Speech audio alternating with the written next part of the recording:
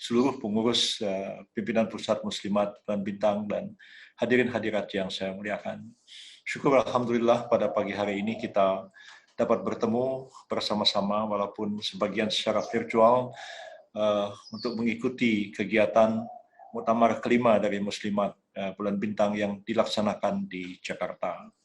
Dalam suasana pandemi sekarang ini memang sangat sulit bagi kita untuk bertemu langsung satu sama lain, apalagi kita mengumpulkan rekan-rekan kita, ibu-ibu pengurus muslimat yang ada di daerah-daerah untuk datang ke satu tempat untuk menyelenggarakan kegiatan muktamar seperti ini. Tentu di samping akan memerlukan banyak biaya, waktu, dan juga risiko perjalanan. Khawatir sekali akan tertular akibat COVID-19 yang dalam beberapa minggu terakhir ini makin kuat sekali ya, makin besar sekali dampaknya ke tengah-tengah masyarakat kita, dan kita sungguh prihatin dengan keadaan seperti ini.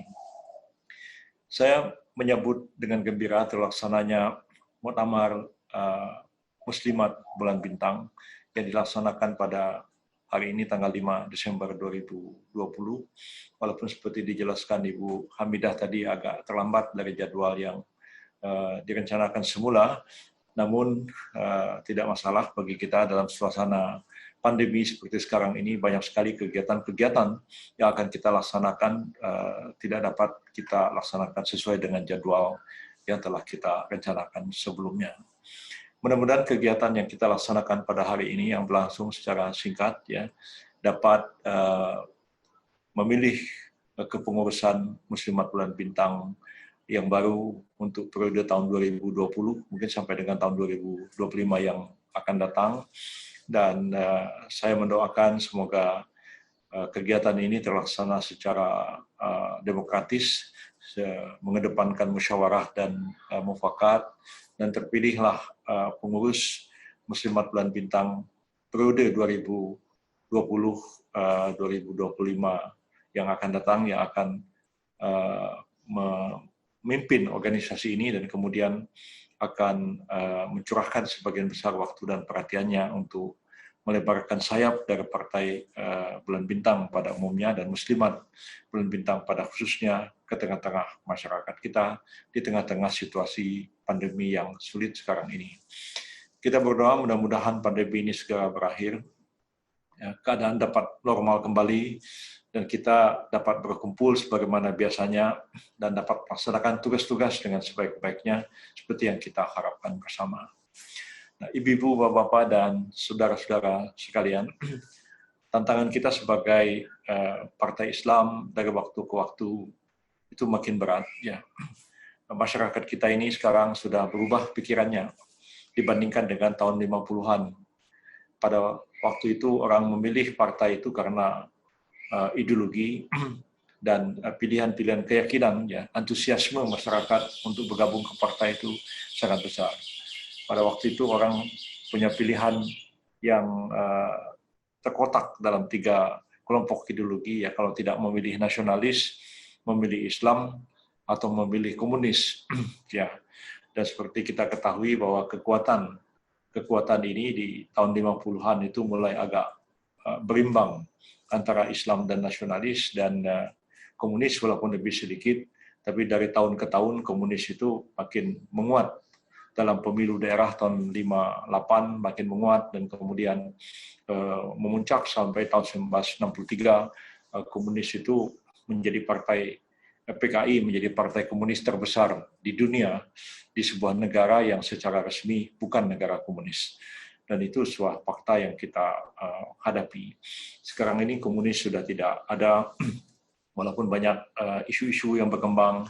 Akhir-akhir ini seolah-olah ada kebangkitan kembali PKI, tapi secara real sebenarnya kebangkitan itu tidaklah sebesar yang dikhawatirkan oleh banyak orang, ya. Namun tetap kita harus waspada menghadapi kemungkinan-kemungkinan itu. Nah, masyarakat kian pragmatis dan dikotomi antara Islam dan kebangsaan itu sudah tidak terlalu tajam seperti tahun-tahun 50-an. Pada tahun-tahun itu, misalnya orang yang nasionalis itu dianggap jauh daripada Islam, yang Islam dianggap tidak nasionalis dan sebagainya begitu.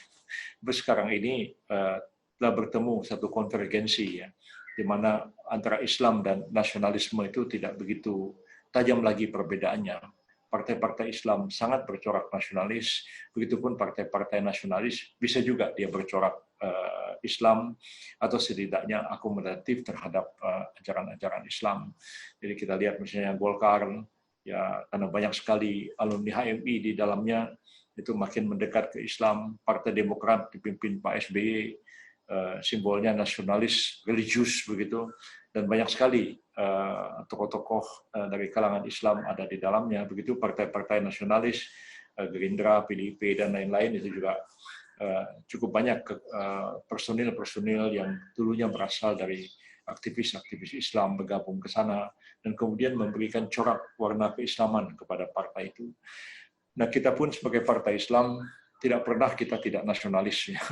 Dari awal kemerdekaan, walaupun kita kecewa dengan penghapusan 7 kata Piagam Jakarta pada tahun 1945 pada 18 Agustus, tapi kemudian pada tanggal 7 November tahun 1945 ya, dalam Kongres Umat Islam itu mendirikan sebuah partai politik Indonesia, partai politik Islam Indonesia yang namanya Masyumi pada waktu itu, dan tujuan berdirinya Masyumi itu adalah menegakkan kedaulatan negara dan agama Islam.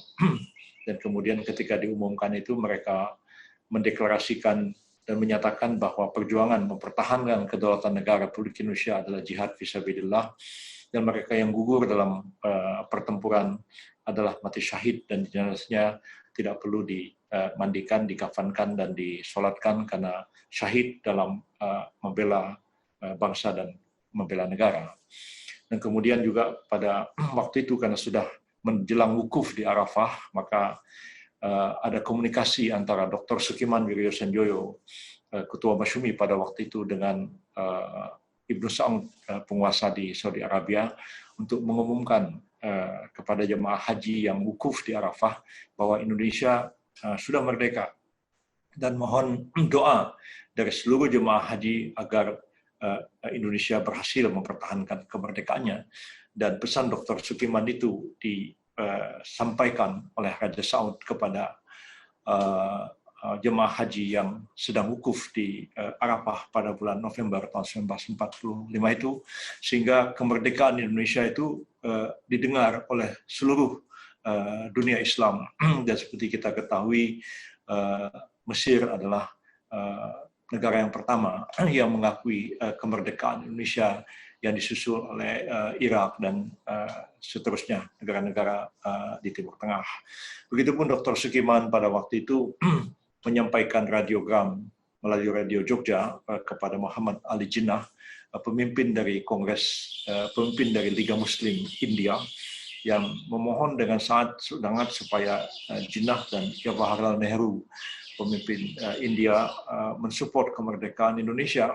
Dan kepada Jinnah juga Dr. Sukiman meminta ya supaya memerintahkan tentara India Muslim yang ada di pasukan Inggris yang ada di Indonesia supaya tidak ikut bertempur melawan bangsa Indonesia yang berjuang mempertahankan kemerdekaannya. Dan besoknya Jinnah itu berpidato melalui radio India dari New Delhi, dan disampaikan kepada seluruh tentara India Muslim supaya tidak ikut berperang melawan bangsa Indonesia yang mempertahankan kemerdekaannya pada waktu itu. Maka terjadilah disersi besar-besaran di Jakarta. Itu satu divisi tentara Punjab, itu 850 orang, itu disersi di lapangan Banteng dan menyerahkan senjatanya, dan mereka ditawan oleh Inggris sebagai tawanan militer di Pulau Onrus di Teluk Jakarta.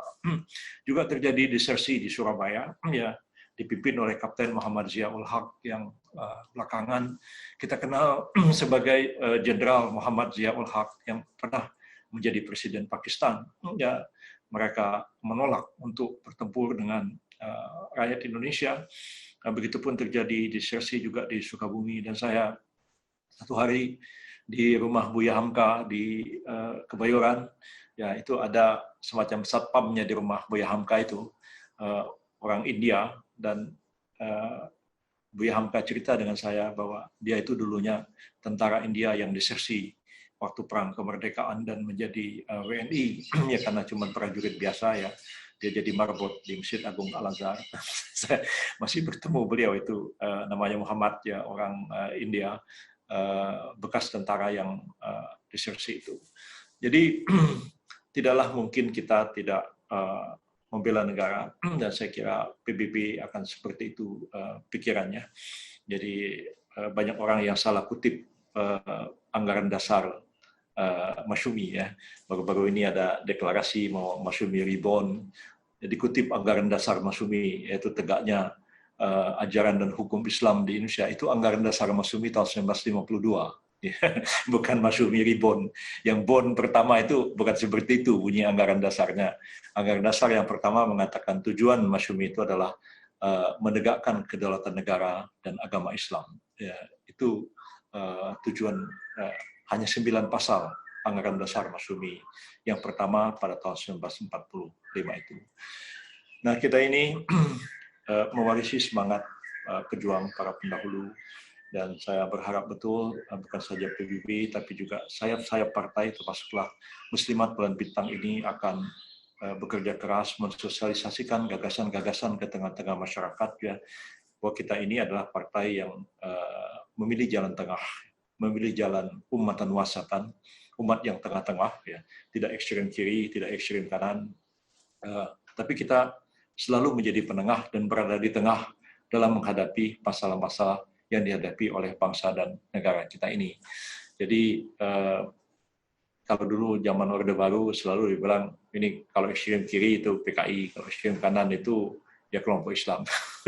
Saya pernah diolok-olok oleh Pak almarhum Pak Sudomo ya, pada waktu beliau masih jadi Kokabdib ya. Saya waktu itu aktivis mahasiswa dan sambil ketawa-ketawa dia bilang, Pak Domo bilang ya, orang Belitung itu ekstremis katanya. Kalau ekstrem kiri itu Aidit bilang. Kalau ekstrem kanan ya ini orangnya katanya. Dia nunjuk sama saya begitu. Padahal kita tidak pernah menjadi ekstrem kiri maupun kanan, kita adalah umatan wasatan, umat yang berada di tengah-tengah dan menempuh garis yang moderat. Karena itu kita akan memperjuangkan cita-cita kita melalui calon-calon yang sah dan demokratis, dan kita tidak menggunakan cara-cara kekerasan dalam mencapai tujuan kita ya. Apalagi sampai memaksa pihak-pihak lain ya. Seperti yang kita ketahui ya, kemarin itu sempat heboh sebentar ya.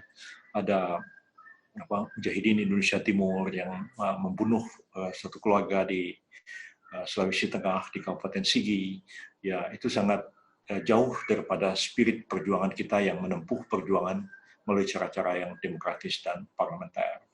Jadi dulu pun dalam sejarah Masyumi pun juga pernah ada kelompok yang memberontak ya, yang dipimpin oleh Sukarmaji Marijan Kartosuwiryo di Jawa Barat. Tapi kita sangat memahami sebenarnya apa yang terjadi pada waktu itu. Jadi, dan karena itu Masyumi tidak terlalu menyalahkan Kartosuwiryo, karena memang ada masalah-masalah yang mungkin kalau diuraikan sangat rumit dan panjang. Tapi Pak Natsir berusaha juga waktu itu menengahi konflik di Aceh supaya Tengku Daud Pereh tidak memproklamirkan Aceh sebagai negara yang terpisah dari Republik Indonesia. Nah, ini yang menjadi harapan kita ke depan ya, supaya kelompok moderat ini cukup kuat ya. Walaupun akhir-akhir ini kelihatannya kelompok moderat itu agak tersisih ya dengan kelompok-kelompok garis keras ya, dan itulah yang terjadi di tengah-tengah masyarakat kita ya. Image tentang Islam itu selalu yang garis keras, padahal kita tidak seperti itu ya. Di partai kita pun memang masih banyak juga kadang-kadang pikiran-pikiran seperti itu, tapi kita bisa memahami kawan-kawan yang pikiran-pikirannya agak beda-beda sedikit, ya. Tapi tetaplah kita berharap kita berada di jalur yang moderat dalam memperjuangkan Islam dan memperkenalkan kepada kelompok yang lain bahwa ya kita ini bukan orang yang suka ribut, suka berkelahi, tapi kita adalah pihak yang menempuh jalan tengah yang moderat untuk menyelesaikan persoalan-persoalan bangsa kita. Ya, bukan berarti kita tidak punya pendirian. Ya. Jangan pula saking moderatnya lalu kehilangan pendirian, itu tidak. Ya. Kita itu bisa keras mempertahankan sesuatu, tidak ada kompromi kita. Tapi bisa juga kita dalam hal-hal yang mungkin kita berkompromi, ya kita mencari kompromi yang sebaik-baiknya. Saya kira inilah pesan-pesan yang dapat saya sampaikan kepada pengurus muslimat, baik yang pengurus sekarang dan seluruh anggota muslimat maupun pengurus yang akan datang, ya. Mudah-mudahan pengurus yang akan datang juga amanah, ya. Siapapun terpilih, ya kita akan dukung, ya. DPP tidak mengintervensi siapapun yang akan terpilih menjadi pengurus muslimat, itu kami serahkan sepenuhnya kepada Mu'tamirin. Ya pilihlah pemimpin yang menurut hati nurani para Mu'tamirin itu sesuai untuk memimpin muslimat 5 tahun yang akan datang, dan siapapun dia, ya kita berikan kesempatan lah sepanjang punya komitmen, dan kita tahu bahwa selama ini juga tidak kita ragukan komitmennya dalam memperjuangkan kepentingan partai pada umumnya dan juga kepentingan muslimat pada khususnya. Jadi kita ini merupakan seluruhnya adalah satu keluarga besar. PBB sebagai partai, kemudian badan-badan otonom, termasuk juga sayap-sayap partai seperti muslimat dan lain-lain, itu semua bersatu di bawah PBB. Jadi karena itu kita hargai, kita hormati siapapun yang berkeinginan untuk membesarkan partai, membesarkan sayap-sayap partai, ya kita welcome. Ya mudah-mudahan niat yang baik itu dapat membuahkan hasil yang menggembirakan bagi kita semua. Terima kasih, dan akhirnya saya mengucapkan selamat bermuktamar kepada para mu'tamirat seluruhnya. Mudah-mudahan Allah SWT memberkati kita semuanya. Terima kasih. Wassalamualaikum warahmatullahi wabarakatuh.